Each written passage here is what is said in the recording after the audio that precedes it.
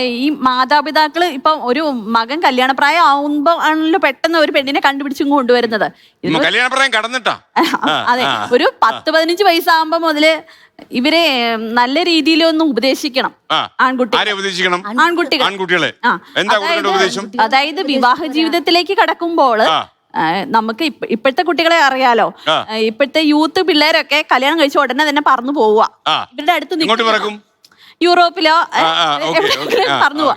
അതുകൊണ്ട് തന്നെ ആയിരിക്കും ചിലപ്പോ പ്രശ്നങ്ങളൊന്നും ഉണ്ടാവാതിരിക്കുന്നത്.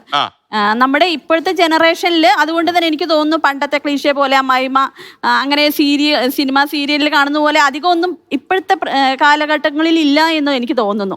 ഈ പറയുന്നത് പോലെ ഒരു 10-20 വയസ്സൊക്കെ ആകുമ്പോഴത്തേക്ക് ഉപദേശങ്ങൾ നൽകണം.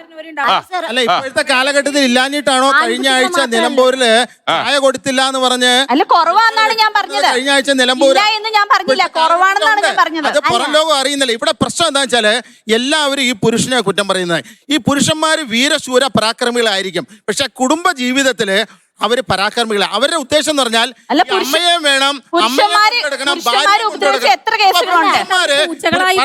പുരുഷന്മാര് യഥാർത്ഥത്തില് സമാധാന പ്രിയരാ. ആ സമാധാന പ്രിയരായതുകൊണ്ടാണ് ഈ കുടുംബത്തിൽ സമാധാന പ്രിയരായ എത്ര കേസുകളുണ്ട്. പുരുഷന്മാര് സമാധാന പ്രിയരാന്ന് സാറ് പറഞ്ഞു. പക്ഷേ ഇപ്പൊ എത്ര കേസുകളുണ്ട് ഭാര്യമാരെ കൊന്ന കേസുകള്? ഭാര്യമാരെ കൊന്നു, ഭർത്താക്കന്മാരെ കൊന്ന ഈ ഉരുട്ടിയിട്ട് കൊല്ലുന്ന എത്ര കേസുണ്ട്? കൊടുക്കുന്നു. എല്ലാത്തിലുണ്ട് ക്രിമിനൽസ്. ഞാൻ പറഞ്ഞത് കുടുംബ ജീവിതത്തിൽ പുരുഷന്മാർ സമാധാന പ്രിയരാണ്. ക്രിമിനൽസ് രണ്ടിലുണ്ട്, ലേഡീസിലുണ്ട്. കുടുംബത്തിലെ സമാധാനക്കേട് ഉണ്ടാക്കുകയുള്ളൂ. സമാധാനം പാലിച്ച് അമ്മ, ശക്തയായ അമ്മ ഒരു സൈഡിൽ നിൽക്കുന്നു, മറ്റൊരു സൈഡില് അതിശക്തിയായ ഭാര്യ നിൽക്കുന്നു. അവിടെ സ്നേഹം കൊണ്ട് അമ്മയെ വേണോ? എവിടെ സ്നേഹം കൊണ്ട് കീഴ്പ്പെടുത്തി കുടുംബജീവിതം നന്നായിട്ട് പോവാൻ പുരുഷന് ശ്രമിക്കണം. പെരുമ്പാവൂരെ ഒരു സെക്കൻഡ്, മനഃശാസ്ത്രജ്ഞ ഒരു കാര്യം പറയാനുണ്ട്. താങ്കളെ നേരെയാക്കേണ്ട ആവശ്യമുണ്ട്.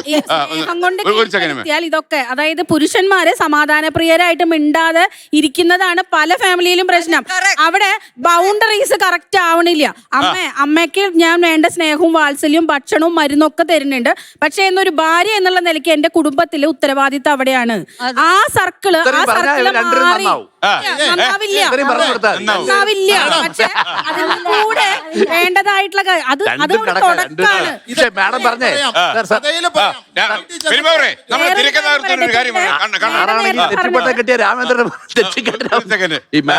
ഞാൻ ആലോചിക്കായിരുന്നു ഇതുപോലൊരു മരുമോനൊരു വീട്ടിലുണ്ട്, എന്തായിരിക്കും അവസ്ഥ?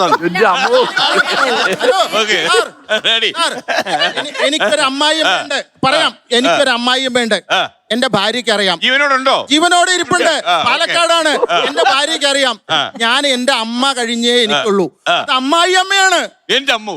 എനിക്ക് തോന്നാറിയോ, പെരുമ്പാവൂരിന്റെ വീട്ടിന്റെ അയലത്തെ പോയി അന്വേഷിച്ച് നോക്കണം അവിടെയുള്ള സൗണ്ട് പൊല്യൂഷൻ എന്താന്ന്.